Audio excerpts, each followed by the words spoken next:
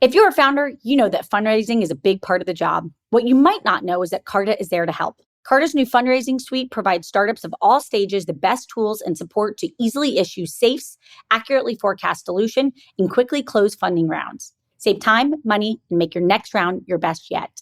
To learn more or to get started, go to carta.com/fundraise. That's carta.com/fundraise.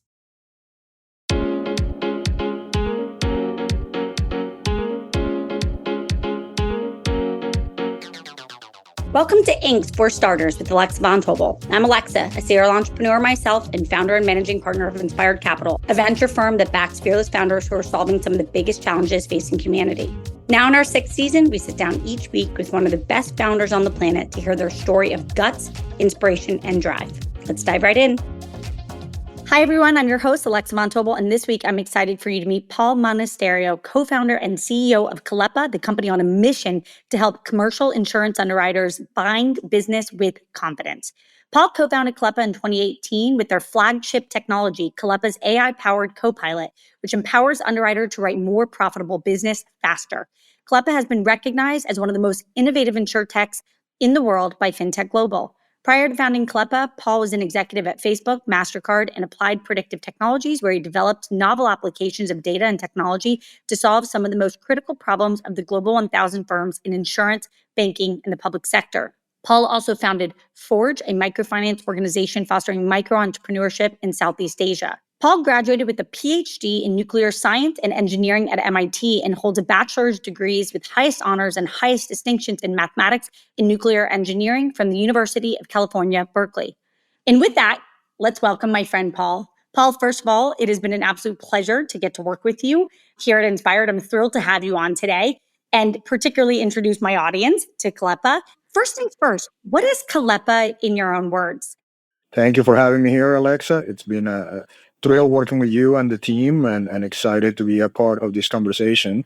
Kalepa, we're a software company and we have the mission of helping, frankly, a very important but not well understood industry, which is the commercial insurance industry. Right? So commercial insurers are out there to provide protection, take care of businesses when things go sideways, and things do, right? Obviously we went through a global pandemic 4 years ago that no one anticipated, and it is the job of insurers to help businesses when bad things happen. Unfortunately, that is difficult to do, right? There's a figure of an insurance underwriter. This is the person who's tasked with understanding what happens to these businesses, type of protection they need, and craft a solution for them. And that is a very difficult job. And we are here to help those professionals, what we call bind with confidence. Binding is a term for actually providing a business with a policy that meets their needs. And we do that through, a variety of things, but ultimately using artificial intelligence to help that underwriter make an informed decision as quickly as possible. This leads to them writing more business, growing the book of business, and, ultimately protecting more businesses. Doing that in an accurate and fair way that enables, them to succeed as a business and their customers, the businesses, to also thrive and have the protection that they need. Can we go back a little bit to the aha moment? Where did the aha moment come to go after the massive commercial insurance industry, which is $1 trillion category? Where did you come up with the idea? Walk us back to a little bit of that moment. Yeah, I'm not an insurance insider. And one thing I've found in the industry is there are, 30-year veterans and their insurance families where, their parents and grandparents have been in the industry for generations. That certainly does not describe me or my co-founder, Danny. But at a previous company, we work very closely with insurance companies. We build the insurance practice. And we come from really the data, the technology angle, and observe not only within insurance, but within a variety of industries that, there's a lot of information that sits outside of the four walls of this insurance company that can help them inform the type of decisions they make. When we started a company, actually, for a few weeks, it was a broader concept. We had noticed that there are two industries that historically have done a very good job in understanding what's happening out there and putting that to practice in an effective way. One of them is, an industry that you operate in, which is the capital markets, right? The investment community, the capital market community knows how to turn information into profit through a trading strategy. The other one is digital advertising. Google and Facebook do a phenomenal job in taking data and turning that into, $1 trillion valuations. But that obviously is not limited to just those two. That was the initial insight, which is there has to be other places where this is true. So initially, we were very focused on that, on how can we help other industries take advantage of that data. What we quickly realized was that a big opportunity there and an industry that needed this type of understanding was insurance. But what we didn't quite understand, but realized soon after, was that data was not the answer. Data is an ingredient in order to actually solve the problem they have. And the problem that they have is better underwriting, the need to actually make better decisions. We realized that data was necessary, but that data needed to be put in context and in the right workflow with the right tooling to help the underwriter turn that into an action. And that's what we built, right? That's what ultimately became Copilot, which is assisting these underwriters in making those decisions accurately and efficiently every time. Paul, for everybody listening, walk us through what it means to be a Kalepa customer. Help us visualize the product experience. One thing that'll be helpful is perhaps giving people a little perspective what an underwriter does. Right? An underwriter starts their day with, generally speaking, an inbox full of requests for insurance. If you're a business, you typically work through a broker and are soliciting insurance and provide information on your business and fill out a number of documents. And the underwriter starts the day basically going through a 100 deep inbox that it's not really organized in any way other than chronologically or whichever broker is the loudest. And they have to first decide, which of these businesses are even in what is called an appetite, or businesses that actually are a good fit for the kind of insurance that they provide and that they want to provide. And then after that, they need to then understand that business very deeply, right? These professionals actually have a lot of insight into how the economy works because they look at, all the mom and pop all the way to Fortune 50 companies every day to provide them with protection.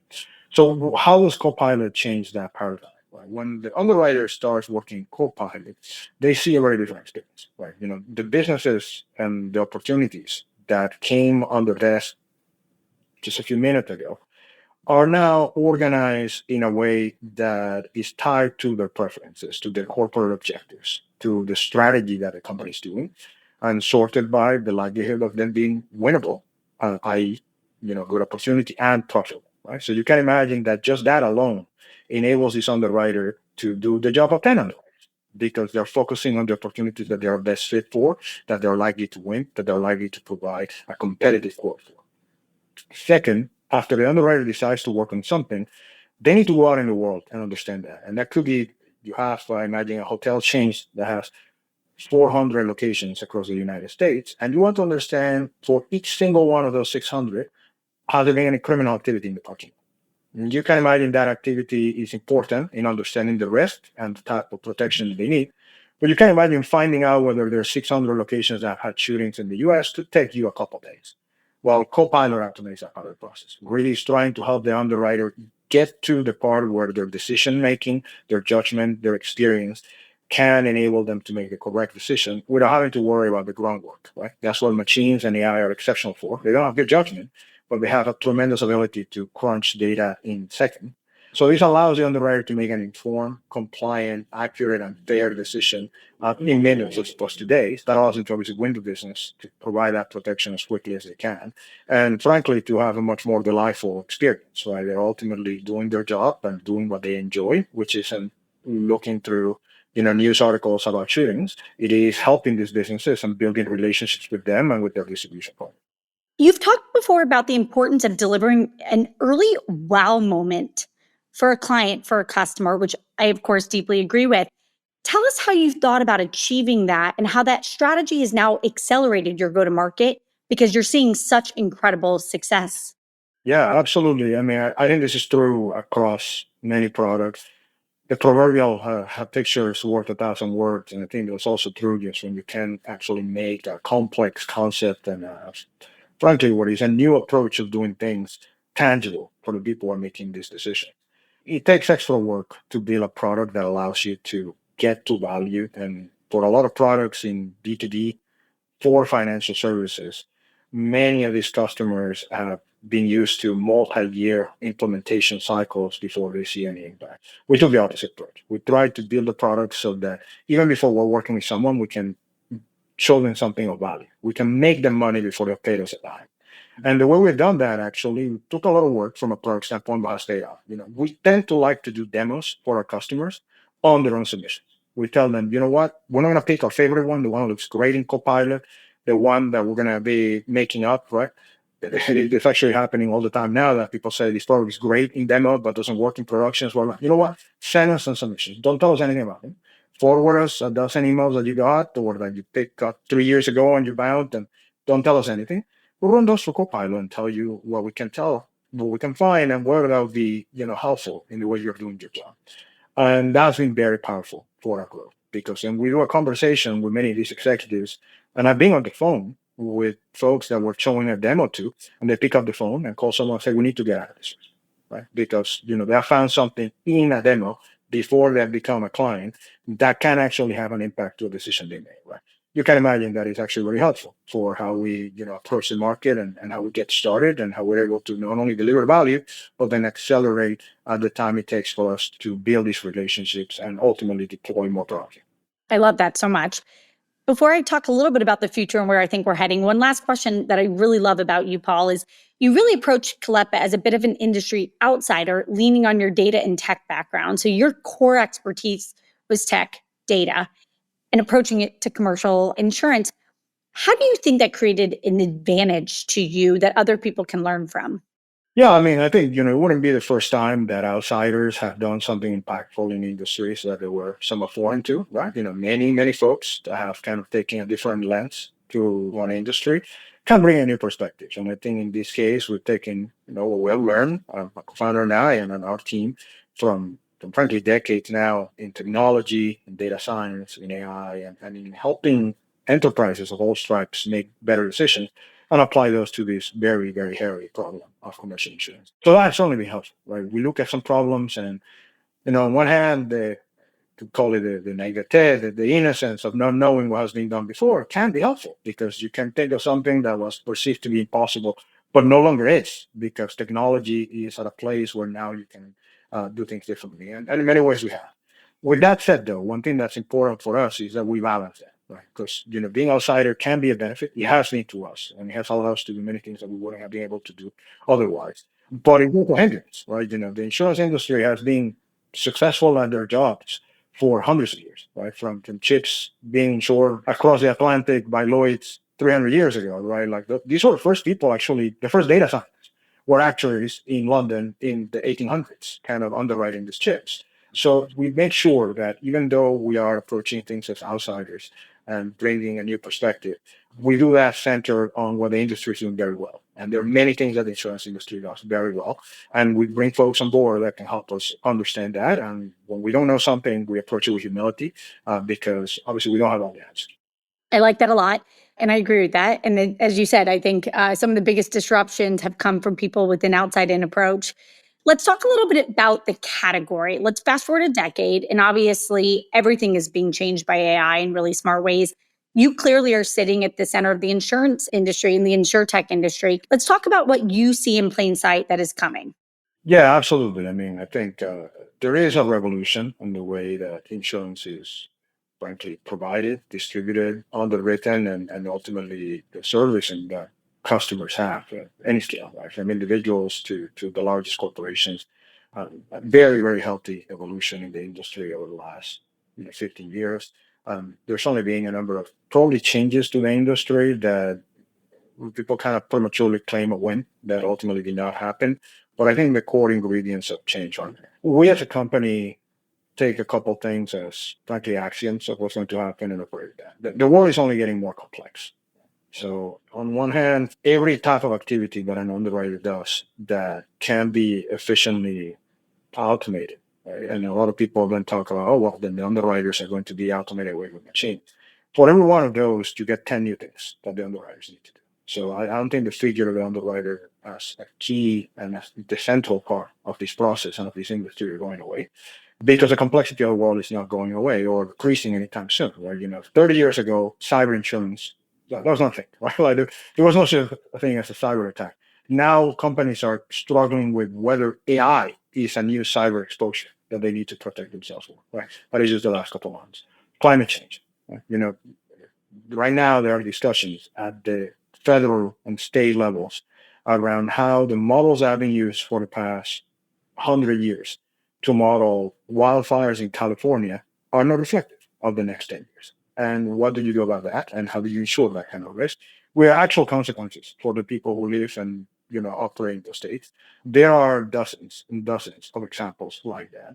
So my main prediction of the industry in the next 5 to 10 years, and frankly, it's not that provocative to be honest, is the world is getting only more complex, and the need for insurance and for more complex underwriting is only going to increase. Technology is going to help. Technology is going to help not only keep pace with those changes, but certainly accelerate and enable people to underwrite in ways that they couldn't before. Precisely because, as you mentioned, the availability of data can enable people to provide much more bespoke solutions. Right? The ideal situation is that an underwriter is able to provide an individual or a business with exactly the protection they need. And we have the opportunity to do so. We have the opportunity to do so very well, even though the environment is only getting more complex. So I'm really excited. Right? This industry is growing like crazy. I think it's projected to double. So from $1 trillion for it to be $2 trillion in the next decade. And frankly, there are new things that come through every day, and we're excited about what we can do to help people there. And we're excited about what the industry is actually doing to innovate and help others, frankly, handle the risk, which ultimately enables them to innovate, because otherwise they will not take the risk that they need to take. I love that, Paul. And we'll be right back after a message from our sponsors. Alexa here. Not only do I get the opportunity to speak with all types of founders on For Starters, but I'm a repeat founder myself. We all know how vital fundraising is to a startup. Carta knows this too. That's why they had founders in mind when they created their fundraising suite, providing tools and support to take the friction out of fundraising. They save founders time and money, allowing you to focus on your goals, not the admin work needed to close a round. From simply issuing safes to quickly receiving funds, Carta Fundraising Suite helps their cap table customers raise a better fundraising round. To learn more or to get started, go to carta.com/fundraise. That's carta.com/fundraise. I want to transition, Paul, a little bit to you. I always like to go back to the beginning when you have a successful founder who's building something really exciting. You grew up in Venezuela. Is there something from your past, from your childhood, that you attribute to kind of being a direct correlation to your ability and success as an entrepreneur? Well, I mean, obviously, it's hard to say, right? Hindsight's 2020, but I had the good fortune to grow up in a very nurturing household. My mom, in particular, I think realized that despite me being a little bit crazy and hyperactive as a young child, I generally pursued a number of things that interested me that ultimately, were good things to pursue. And she was very, very supportive of that, right? I did all sorts of random things as I was growing up. I was as a kid, music, sports, studied Japanese for the summer. And frankly, a lot of that was possible, one, because obviously my family had the good fortune to be able to allow me to do that, which is not true of everybody. But also because my mom basically just let me do it. And I think that's important, right? As a child and as a young adult, I was able to pursue things that fascinated me. And that's only important, right? Obviously I'm now pursuing the thing that fascinated me the most over the last 6 years. And I'm doing that, as a work of my lifetime. So I think there's that nugget of, you can do everything type of mindset that has been inculcated to me from a young age, right? And for that, I'm very thankful to my mom in particular.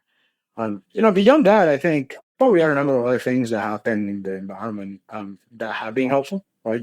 I grew up in Venezuela at an interesting time, so I'm not going to get into politics here, but Venezuela was a very prosperous country, and really its heyday was in the 70s, and I was born in the 80s, right? So basically, in the last 40 years, give or take, the country has been kind of in decline, and there are some reasons for that. But as someone who grew up in that environment, that also gave me a lot of impetus to kind of, for example, come to the US, to be educated, to think about things differently, and also to kind of see that, not to take anything for granted.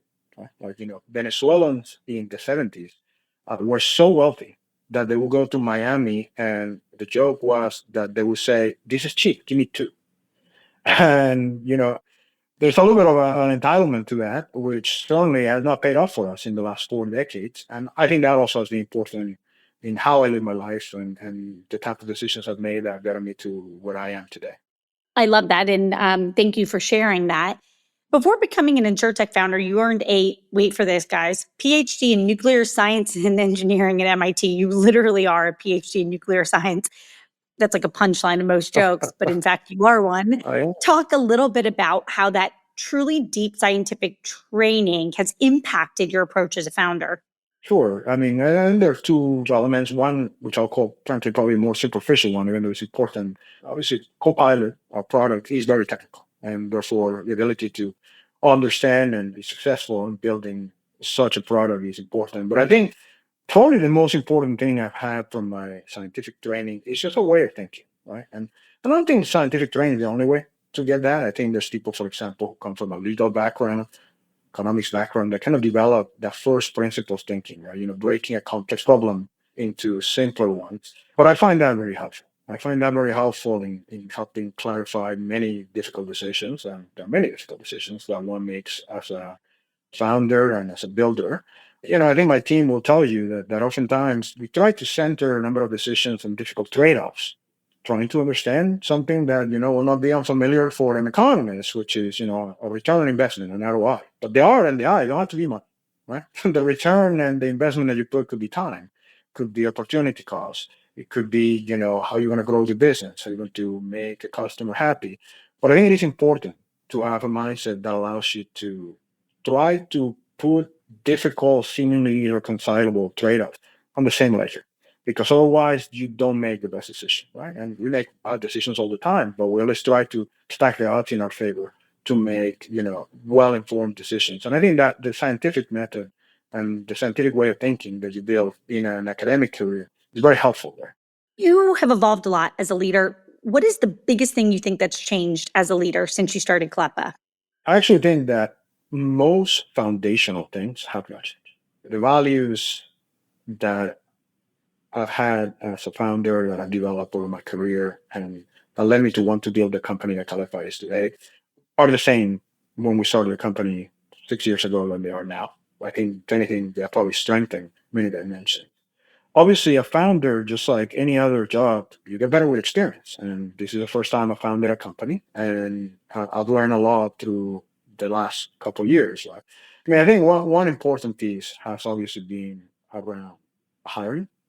So, I had hired people before, but it's very different when you're hiring at the 0 to 1 scale, or the 1 to 10 scale now, that 10 to 100 scale that we're going through.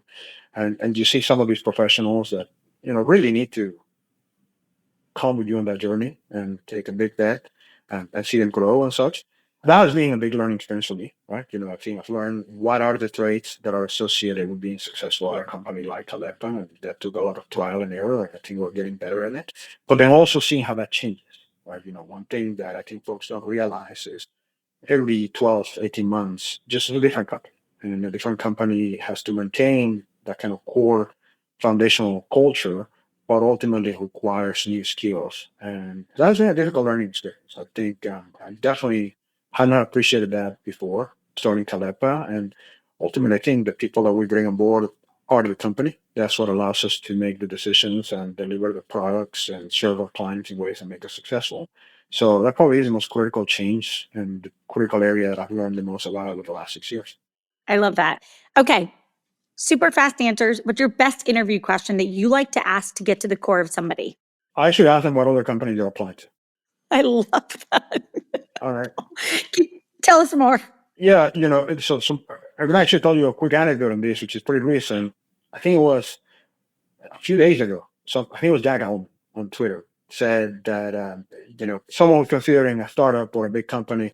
If they want to go to a big company, they just don't know about it. They haven't come to a realization, right? So there's a little bit of truth to that. It's a little bit of a sarcastic point, but I actually do think that question tells you a lot about what the person is totally prioritized, right? I think a lot of people, particularly the very interviewee, they're more likely they are to tell you what you want to hear, and they kind of know what the founder of a startup is looking for in terms of grit and in terms of resourcefulness, etc. But at the end of the day, your actions are more impactful than your words. And when I ask folks what other companies are looking at and why, that tends to tell me a lot more, right? That's actually what's actually happening. So I use them to find that question to be quite revelatory and helpful for both parties. Right? At the end of the day, any relationship, and especially professional relationship in an early stage company, needs to be founded on transparency and trust. And we don't want to have people misunderstand who we are. We don't want to misunderstand them. So that tends to be a clarifying question in many cases. I mean, Paul, it's genius. That's a really smart one. I've never heard that. A plus. What is, in your mind, a book that has left a real dent on you? It can be any book. Doesn't have to be a business book, any book. Yeah, actually, I don't tend to like a whole lot of business books, to be honest. I think a lot of business books could probably, three sentences and turn into 600 pages. I tend to actually take a lot of learning from other types of books. There's one book that actually is pretty impactful to me. It's kind of typical. It's a novel. This is a book called Growth of the Soil. It's a novel that a Norwegian writer wrote in the 20s. Why the heck do I know this book? I read it a long time ago. It's an excellent book. I highly recommend it. Fundamentally, this is beautiful prose talking about hard work in the Norwegian countryside. These are peasants that are going in the middle of nowhere, and the book is talking about life. It's a good metaphor for what building is like. Right? It's not easy. It's difficult. You have to do things that no one has done before. Whether you're building software or you're building a house or you're putting a dam on a river in the 1920s, it's the same thing, right? You need to just build something that has not been there before. It's hard work, and people will tell you're crazy. So that's one book that I actually really enjoy and tends to be one that I should recommend to people who ask me. It's also happens to be a phenomenally written book. Paul, the last thing I want to end on, having gotten to know you quite well, and as somebody I really admire in just your stamina, your persistence, your commitment, your vision, what do you hold as sacred as a founder? And let me clarify this question. I believe that some of your best entrepreneurs on the planet, you're driven by something that is much, much, much different than what's just in front of you or what people would expect. Can you give me a sense of what do you hold as sacred in your mission for Kalepa? The core part of our mission that is absolutely critical for us and that really is foundational to how we approach what we're building is the fact that the insurance industry is massively important. The insurance industry is not sexy at all, and it has a terrible PR problem. And there's good reason for it, which is most people interact with insurance on the worst day of their lives. Right? Most people talk to the insurance company when something awful has happened to them, and you can imagine that doesn't do greatness to the PR of the industry. There are a number of things, obviously, that the industry also does that have been problematic. But at its core, I deeply believe that insurance serves a critical need in society. Right? Insurance allows people to take risk. Right? Insurance is that safety net that protects people when things go sideways. A world without insurance is a world where no one takes risk. And a world with no one takes risk is a world that doesn't grow.